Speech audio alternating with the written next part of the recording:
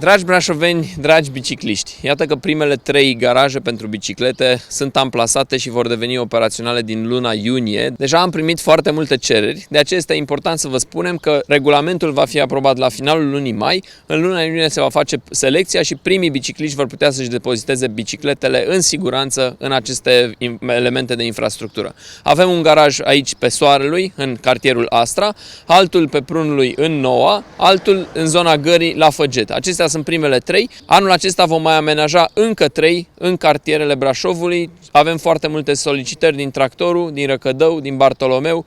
Încă putem împreună stabili locația următoarelor 3 garaje. Este foarte important pentru voi, pentru brașoveni, să aveți infrastructură sigură pentru stocarea bicicletelor, să încurajăm mijloacele alternative de transport, astfel încât să folosim din ce în ce mai mult transportul verde în orașul nostru.